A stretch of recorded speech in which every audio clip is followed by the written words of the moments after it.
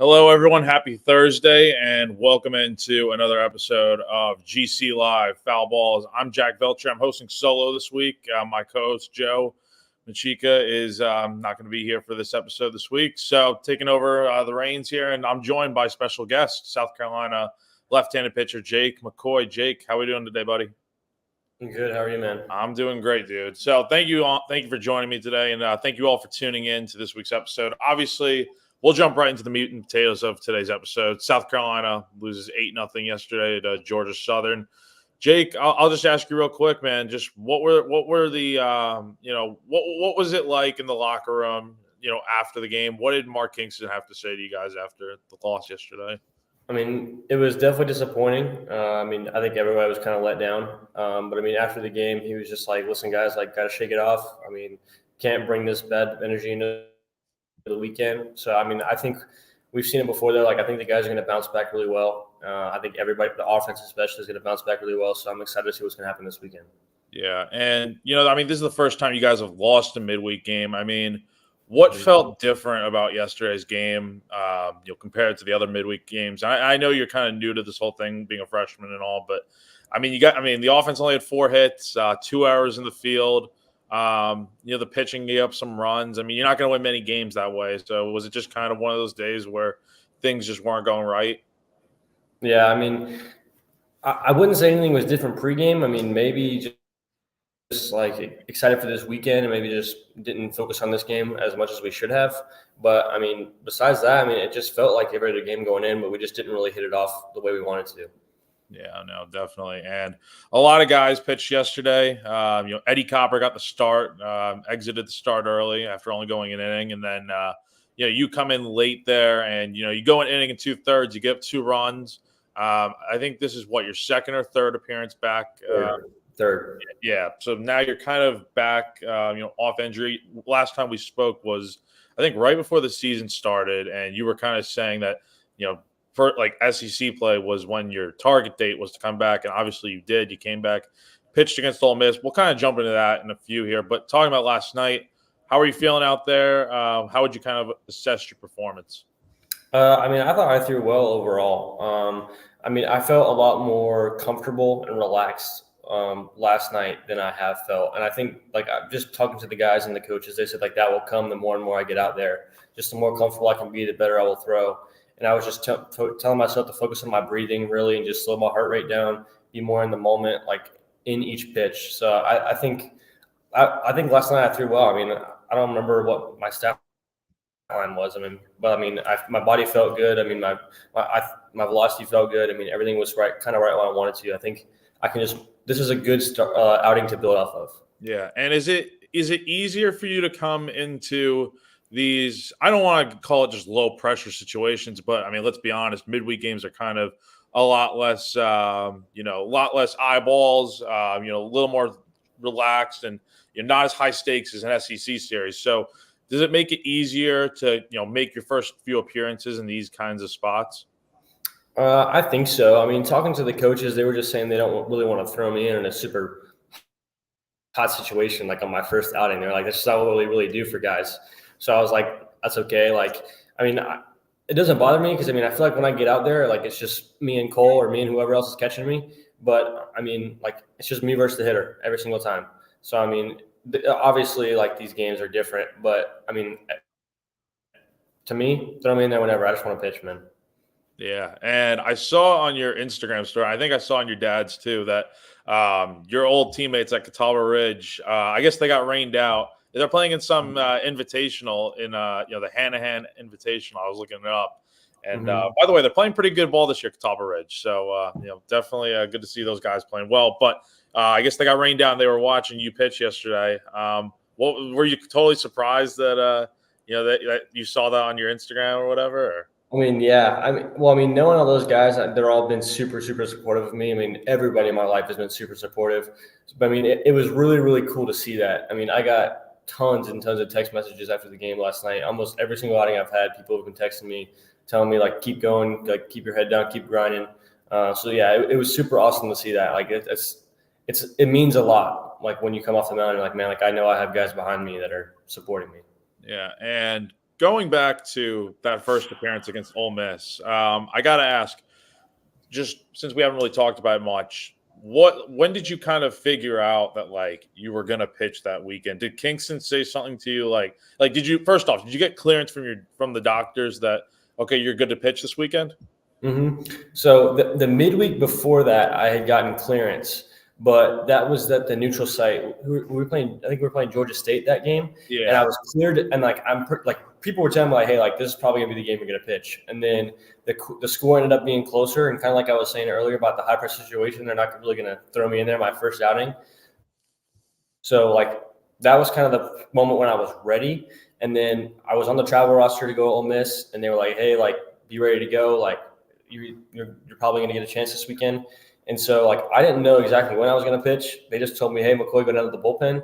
And they got me hot. And then they sat me down. And then they got me hot again. They're like, all right, you're in the game. I was like, okay, well, good first outing. I mean, it was crazy. I mean, being there at Ole Miss, like, with all those fans, I mean, SEC, like, first outing, I mean, I think it was awesome. Like I said, I just want to keep pitching, want to keep getting those opportunities. Yeah. Is it hard to just control your emotions and stuff? I mean, first college appearance, you get to pitch in an SEC series on the road, so unfortunately it wasn't at home. And like, did you have any family there or anything? Did you even get time to like tell them that like, hey, I might pitch this weekend? Or no, I didn't have any family there. My parents were actually in downtown Fort Mill at Hobos. Oh, and because it was St. Patty's Day, so they were out there for like that big like celebration. And so they told me after the game, they're like, oh, like we saw it on the screen and we all came rushing in, like, cause I had a bunch of friends and stuff that's around there from the neighborhood. Yeah. So they were all watching me from there, which was cool. But yeah, I mean, none of them were there at the game, but yeah, it was cool after the game them telling me that. So yeah, dude, that's awesome. So, kind of looking ahead for you personally, what's kind of the schedule for you now moving forward? Is it going to be like this? I mean, you could pitch at any moment, right? But do you have like a certain pitch count that you're going to be working up to maybe now? I mean, I know you come out of relief, so it might be a little different. I'm not sure. I mean, I think last night they had most of the guys on pitch counts. I don't think they wanted to exceed like 35 just to be ready to go for this weekend. Yeah. But I mean, I honestly do not know. I mean, that's just kind of, I go out there and if Matt tells me to keep rolling, I'll keep rolling. So, yeah. And what can you say about the job that Matt Williams has kind of done as the pitching coach? I think he's, for the most part, done a really good job. And I think Mark Kingston has done a good job too with, figuring out who needs to pitch when and stuff. I think obviously those two guys might have left some guys in a little too long. Like, I think back to Alabama, for instance. I think, Matthew Becker might have been left in a little too long, and he ended up giving up some runs as a result. So just overall, from your perspective as a player, what do you think about the job that those two guys have done with this pitching staff?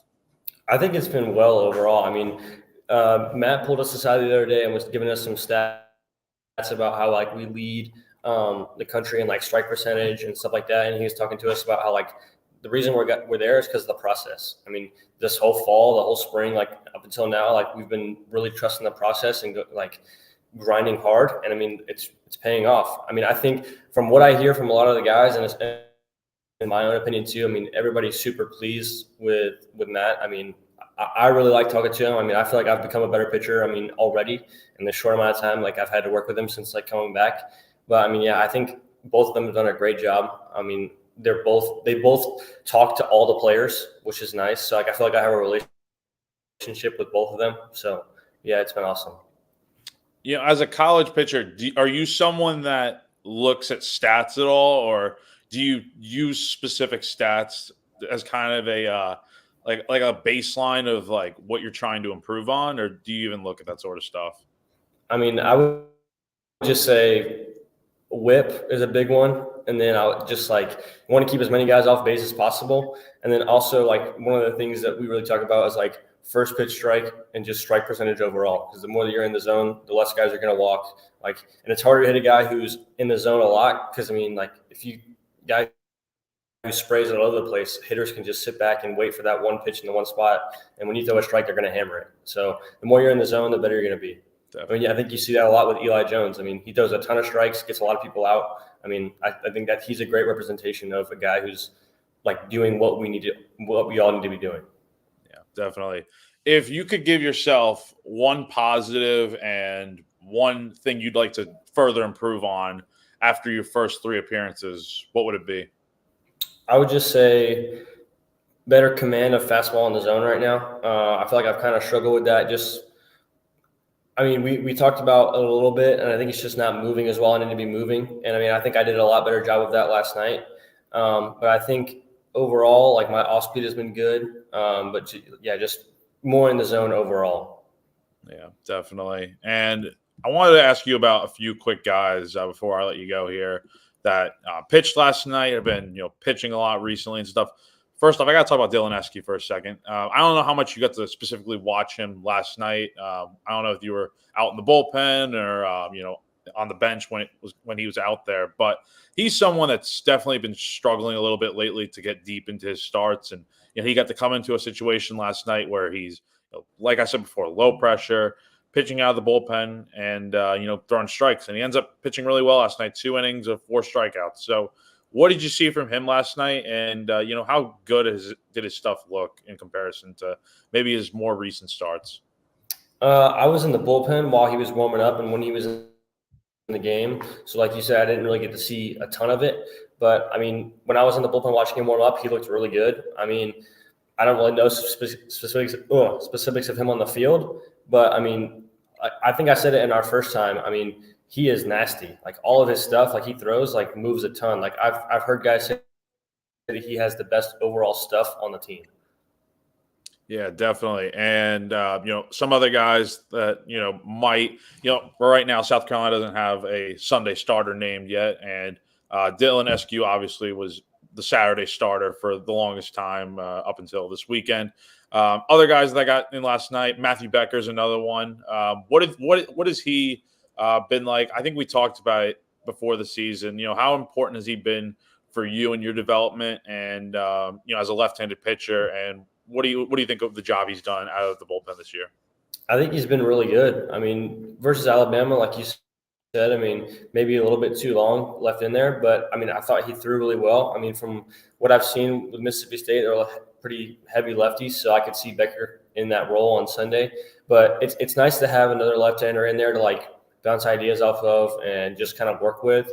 But yeah, I mean, kid's a great teammate. I mean, he deserves it on Sunday if he gets it. So, I mean, yeah, I think he's great to have around. I think he's been awesome out of the bullpen recently. Yeah, and the guy who got the start last night, Eddie Copper, he's honestly, dude, I mean, he's really flourished this year in that role. He's been the typical midweek starter for y'all. I know he exited the start early last night, right? Mm-hmm. Yeah, I mean, have y'all heard anything on him? Does he seem to be all right? Or I mean, I honestly don't know much. I mean, he's just been with the trainers. I mean, I guess we'll see what's going on. I don't know if he's going to visit the doctor sometime this week or not. But, I mean, I hope everything goes well. I mean, that kid's a stud. I mean, I can see him being really well in the future, keep going the rest of the season. So, I really don't know fully yet. Yeah, I mean, I figured that. I mean, it seems like no one really knows anything about the situation yet. But, I mean, speaking about him, before last night and stuff, I mean, he's been phenomenal this year, as a midweek starter. I mean, honestly, he's kind of making himself a case to at some point. If injuries happen or something, or someone needs to, come through and start in like a playoff game or whatever, he could be that guy. Is it cool to see, freshmen like yourself and him and trying to think of some other guys, but, Parker Marlott, guys like that coming in and being able to, pitch on this big stage? Yeah, I think it's cool because like everybody kind of came in on the same playing field. Well, like we don't really know, and then like we don't know how these guys are. And I think you see a lot of freshmen stepping up into those big roles. Like Parker Marlett is like our best guy out of the bullpen. I mean, every time he comes in, the man slams the door. I mean, Pitzer, I mean, what about that guy? I mean, versus Vanderbilt, it's been awesome to see. I mean, that kid's a stud. But yeah, I mean, I think it's been awesome to see these guys that I live on the hall. They're right here. I think it's really awesome to see them doing well. It's awesome when I get to see my teammates do. I love that. That fires me up. Yeah, for sure. That's freaking awesome, dude. Now, kind of looking ahead a little bit to this weekend, just, obviously losing a midweek game around here is kind of, I guess, frowned upon, right? It's not what you expect. Every game around here is kind of like Game 7 of the World Series, to the fans here that have grown up watching the 2010, 2011, those, really solid teams. What do you kind of say? What makes you believe that this team's going to be fine long term? And what do you guys have to do this weekend to nail down a series win at the very least? I mean, I think overall, like you said, we'll be good long term. I mean, I think we bounced back well after the Ole Miss series. I mean, we killed Vanderbilt, so I mean, I could see something like that happen again this weekend. I mean, yeah, I think we're going to do a really good job of bouncing back. Yeah, and you mentioned it before. Texas A&M's got a good amount of lefties in their lineup. I mean, they've got some switch hitters, but does that kind of work into y'all's favor with guys like you, Matt, Garrett Gainey, etc., being able to come in and pitch in whatever spot and get those outs? Yeah, I think you'll see Garrett Gainey in some big-time situations this weekend because from what I've seen so far, I know that Kingston and Matt both like to play matchups, so I could see some big-time situations for lefties this weekend. Yeah, definitely. Before I get you out of here, I just want to ask you two more quick questions. Number one, I know this comes up every time we do one of these, but what has Garnet Trust kind of meant to you throughout this whole process now that you're pitching on a regular basis, kind of? It's been awesome, man. I mean, I really appreciate it. I mean, it's been cool to interact with people. I mean, I've met so many more new people. It just gives me a place to connect with fans and other people, and yeah, it's just been great. It's been really awesome for me so far. Yeah, definitely. And last one, I couldn't help but notice your Instagram profile picture is Anakin Skywalker, little Annie from Episode 1, Phantom Menace, with the Darth Vader shadow luring in the background. Are you a big Star Wars fan? Yeah, me and Petri, a few of the guys on the team are Star Wars fans. That's actually more of my cousin.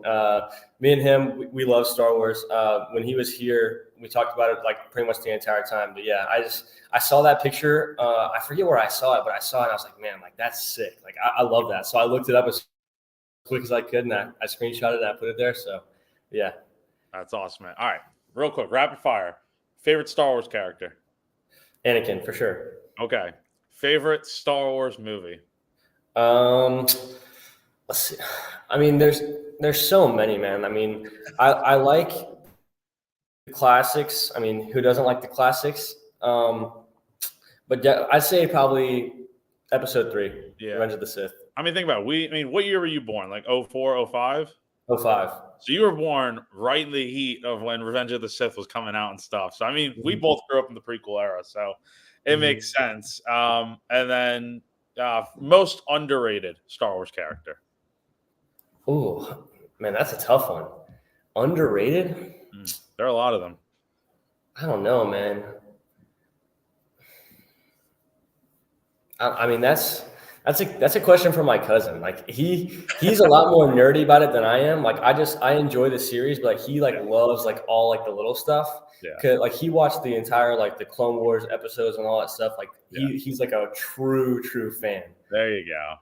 I mean, I don't know. I mean, I don't want to call myself a true fan and then sit here and lie to you. So, man, I don't know. I'll have to think about that one. Yeah, for sure. I guess we'll have to do it again sometime. But Jake, really appreciate you, my guy.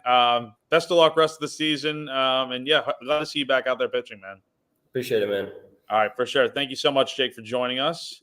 And so that was Jake McCoy of South Carolina Baseball. Thank you again to him for joining me today. That was great. And now we'll kind of get into talking a little bit about the rest of the weekend here with South Carolina. And once again, like I said, thank you again to Jake for joining me today. All right. Anyway, so thank you guys for all tuning in so far today. That's been it's been great to have a big turnout, and yeah. So anyway, let's look a little bit at this weekend, right? So South Carolina has got Texas A&M coming into town this weekend, and look, it's easy to be disappointed with this team right now.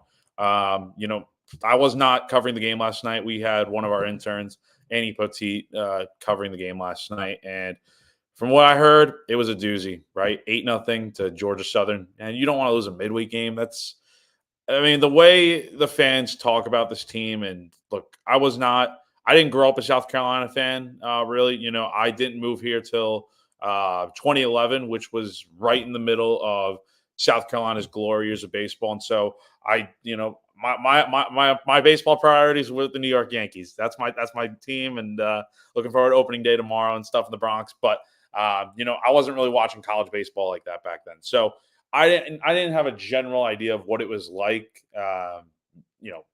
being, watching this team until I, started going to college here, and I started, becoming a sports writer and talking to a ton of the old players from those teams about what it was like, and then hearing from the fans now and stuff about, what the standard is for South Carolina baseball. And look, I totally get it, right?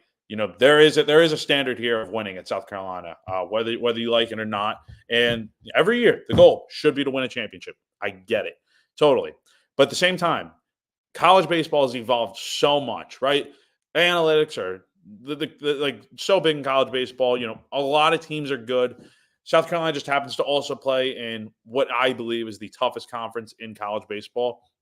You have teams like Florida, Arkansas, LSU, Auburn, all these teams, Tennessee, Mississippi State. I can go down the entire list. Alabama. I can go down the entire list of Vanderbilt. Every team in the SEC is pretty good. And, going on the road especially is tough, right? Because, South Carolina went to Alabama. And I know everyone was freaking out that, oh my gosh, South Carolina lost another series on the road. How can this be? Well, you got to think about it this way.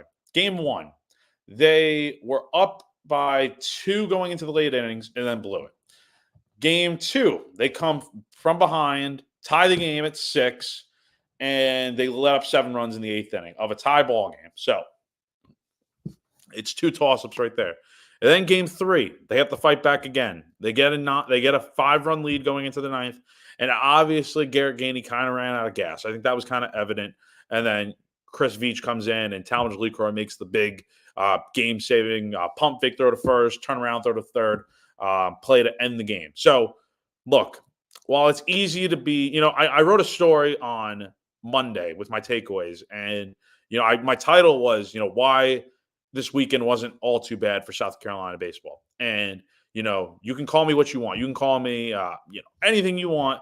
Say I'm too much of an optimistic fan. If anyone knows anything about what it's like, what South Carolina's kind of going through right now, being a Yankees fan kind of makes me feel like every day is Game 7 of the World Series. So I get it. As a fan of baseball, I totally understand it, and it's easy to get frustrated when South Carolina is not doing well. But that said, it's baseball. It's a long season, right? You've got so many games left to go, so many weekends left.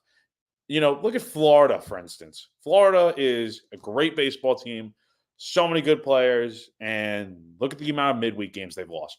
It took until now for South Carolina to lose its first midweek game of the year. So my point is, while it is not a good look to lose 8-0, get 4 hits, shut out, 2 errors, pitching wasn't great, whatever, one day, doesn't mean you can't turn it around this weekend, right? And look, Texas A&M is a great team. Very, very solid team. And we're going to get into them. They're 25-3 on the year. Thank God the series isn't in College Station, because Texas A&M is 20-1 at home this year. And look, they're if you include neutral site, they're 5-2 away from Aggie Land this year. So I think South Carolina just has to do what they normally do, and that is, look, the offense. I think the offense is going to be fine. It just so happened they got shut out the other day. Oh well, that's baseball. You're gonna have some bad games in there, and I mean, look, the benefit is they're at home this weekend, and they get to play in in front of the home fans, reset, regroup, like Jake McCoy had said, who joined us on the show earlier, and let the chips fall where they may. And this is a good Texas A&M team, right? They have a lot of lefties in their lineup. I looked at their roster a little bit earlier. They do have at least 3 switch hitters in their lineup, which is it's definitely something to think about. And we'll talk about their main guy here, Braden Montgomery, who has been tearing it up this season.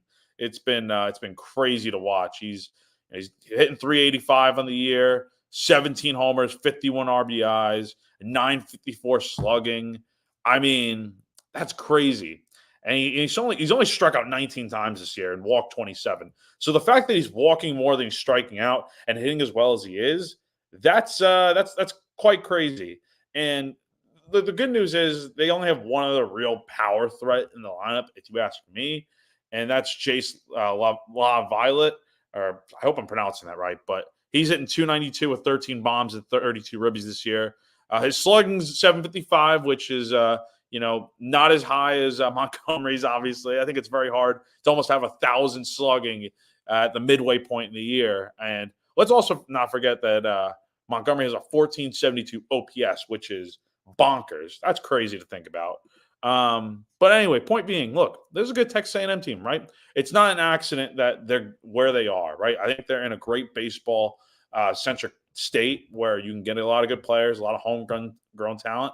And, South Carolina's really got to step up to the test here, like they did against Vanderbilt, for instance, when they swept those guys a few weeks ago. If you can repeat what you did in that series so well, I think you're going to basically try to – I think you can win the series this weekend. And I think for me, my main takeaway is that it comes down – or my main key, I should say, it comes down to pitching. And, look, Eli Jones starting Friday, I think that's good. I think he's going to give you a really solid chance to win. Whether or not the offense shows up is the main question, and whether or not the bullpen can hold the lead is another question. But I think with the bullpen basically at that point kind of being refreshed, you didn't have to use a ton of your big guys yesterday. You didn't have to use Garrett Gainey. I don't think you had to use Chris Veach. You avoided using those guys, and I think you also got to see what some of your guys can do out of relief. Dylan Eskew pitching out of relief. That was huge. We'll get to him in a second here and who I think is going to start on Sunday. But Eli Jones is going to give you a quality start, I believe, one way or the other. Then you get into Saturday. You're back at home, right? Texas A&M. Maybe you win that first game, and then you got Tyler Pitzer starting on the mound. And like Jake McCoy said, Pitzer's been phenomenal this year. Outside of the home runs he gave up in Tuscaloosa last weekend, I thought he was very sharp. 5 strikeouts, 1 walk, I believe, through 4 innings. I mean, look, it's not ideal, but under the circumstances of that being his second start of the year and him still being able to strike out guys and, if he avoids the home run ball, it's a different start, right? And I think this third start of the year coming at home with the pressure on, big spot, I think he's going to do well. And I think he's going to, again, give you a chance to win. And we'll see what happens. I mean, look, A&M's got some great starters on their team too. So I think it's going to be a pitcher's duel all weekend. But that gets us into Sunday now. And Mark Kingston in South Carolina did not name a Sunday starter yet. And Mark Kingston, by the way, is also going to be with the call-in show tonight. I believe it is at 6:00. So make sure you tune into that. I think through 107.5 The Game. And we'll see what he has to say anymore on maybe why he didn't pick a Sunday starter yet. But in my opinion, you have one of 3 options, right? I think Ty Good, Dylan Eskew, or Matthew Becker is your obvious. That has got to be who he's deciding from, right? And I don't think it's going to be one of those situations where he, picks out of a hat with the names in the hat and all of that and just, I got one here. No, it's not. It cannot be like that. That would be, oh my gosh, that'd be crazy. I think every starter that I just named has their ups, their positives, right? Let's start with Ty Good for a second. I think for what he's had to do this year, pitching mainly out of relief after being an experienced starter coming from Charleston for the last few years, I think he's done a phenomenal job, right? I think he's done a really good job of finding the zone. He's got high strikeouts to low walks, which is always what you want as a pitcher. And he doesn't give up a ton of runs. I know he gave up a grand slam yesterday, but only 2 of those runs were charged to him. And for the most part this year, he's been really good. Look, that Alabama game last Saturday, I should say. I don't think South Carolina wins that game without his dominance, pitching 3 innings of shutout ball. And I think he definitely has the mentality to go out there and start. I know he started a few weeks ago in a non-conference game, I believe, and struggled a little bit. But look, I think with the situation that South Carolina's in, maybe they need to win a series, maybe they need to salvage a series now, maybe they're going for the sweep. Who knows? I think he can go out there and get you outs for sure. Let's talk about Dylan Eskew next. I've been kind of, I'm going to say I've been a little critical of Eskew this year, and I think it can be warranted to an extent. Look, he was named the Saturday starter out of the spring in preseason. He had been pitching really well. I'd seen it in scrimmages. His stuff looked filthy, and I know he has that stuff. However, I just don't think it's translating super well as a starter, in my opinion. The biggest issue for me, and I know I'm not the only one to notice this, is that he's getting through the order one time, whether unscathed or not. Once he gets to that lineup for the second time through, something just isn't there. He'll hit a batter, walk a guy, or something like that. I'm naming an example here. He'll hit someone, walk a guy, put runners on base, and then things kind of start to spiral out of control a little bit. And I think it's just I don't think he's tipping pitches or anything. I just think it's guys seeing him a second time through, kind of getting an understanding of what he's throwing and taking advantage of it. I think he's maybe leaving a few balls over the plate a little bit, and he's just not able to go deep into games. I mean, look, he hasn't really gone deep lately. He hasn't made it through the 5th inning in his last 3 starts. And last night was a prime example of why I think he is better suited to come out of the bullpen right now. He goes 2 innings last night and obviously Georgia Southern. It's a low pressure situation. You're losing. But he goes 2 innings last night, gets 4 strikeouts, doesn't walk anyone. That's the big stat that stands out to me. And he only gives up a hit. So I think he can definitely. I would not start him this weekend. If I'm Mark Kingston, I'm not starting him. Have him come out of the bullpen. Use him to your advantage. Maybe you can get 4 innings out of him this weekend. Maybe 2 on Friday, 2 on Sunday. I'm just spitballing here. But the point is, use him out of relief because I think that's going to be a better method rather than him going out and starting on Sunday and then he's not able to go very long. And also, whoever pitches starts on Sunday is probably not going to be able to provide a ton of length, mainly because they're going on about 3 to 3.5 days rest. And for a normal weekend starting pitcher, I mean, you're getting a week's rest almost entirely, 6 days pretty much. So I don't think any of them are going to be able to give you much length in terms of going like 5-6 innings. I think you can maybe get 3 or 4 innings out of them and piggyback off that. And you have a bunch of guys out there to do it. But if it were up to me, I would start Matthew Becker. And I'll tell you why real quick.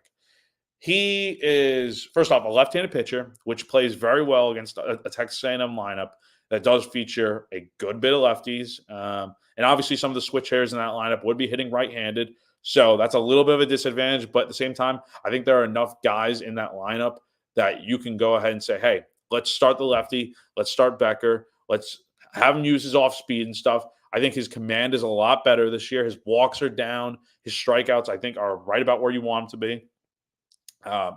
You can look at that Alabama outing, for instance, where he goes 4 1/3 and gives up 5 runs. People tend to forget that 8th inning unraveled because in my opinion, I'm going to be critical here.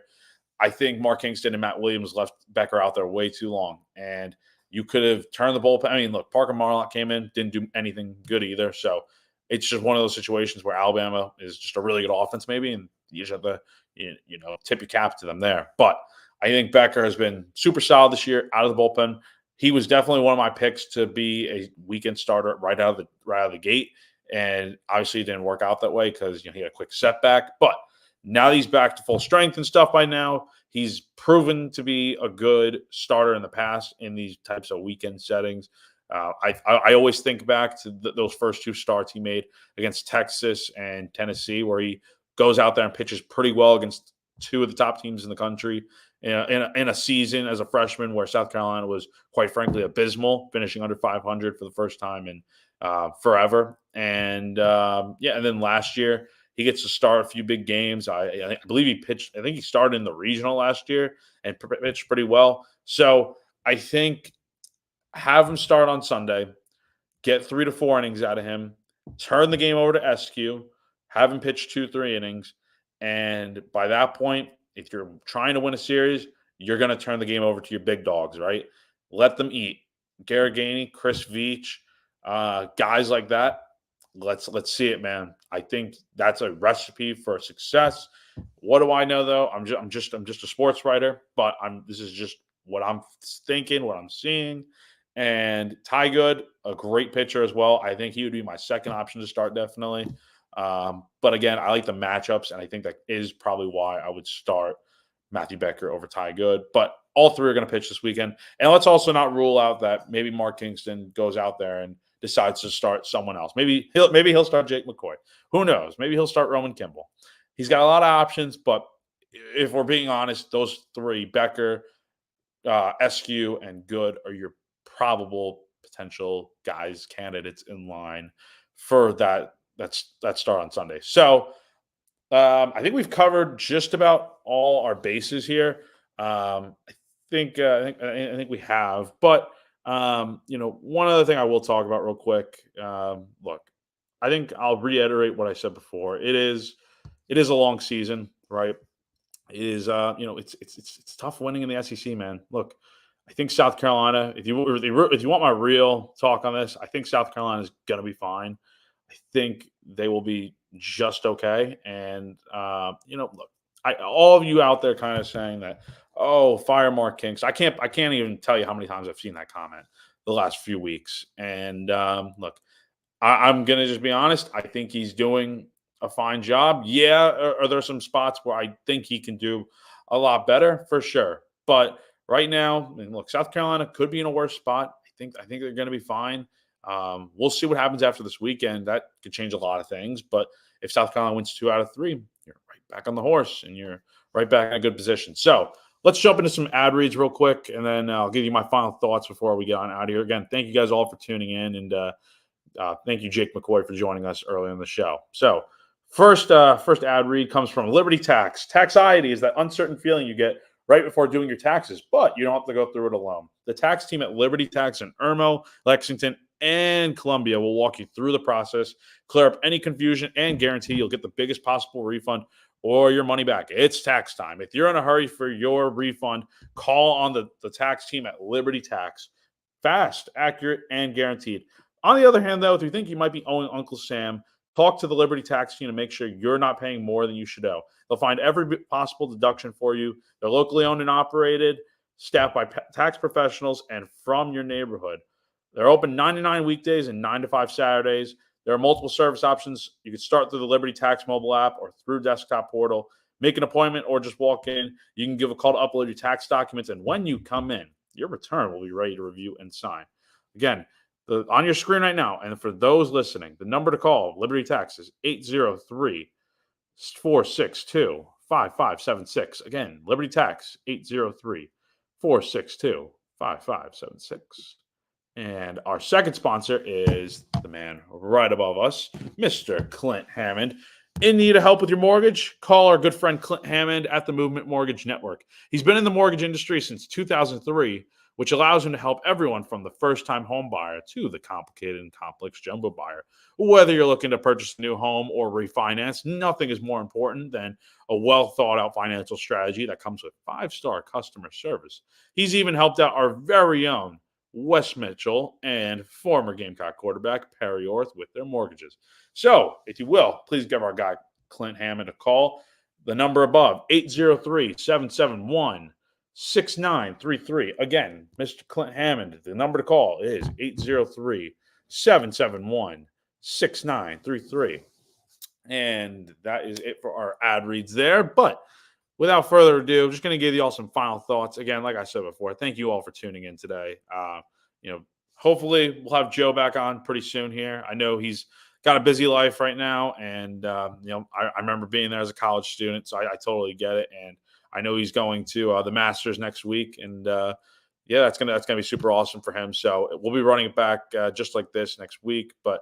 Hopefully, I can get another good guest on for y'all. Really appreciated Jake McCoy. I keep saying it with the insight he provided today. I thought it was very good.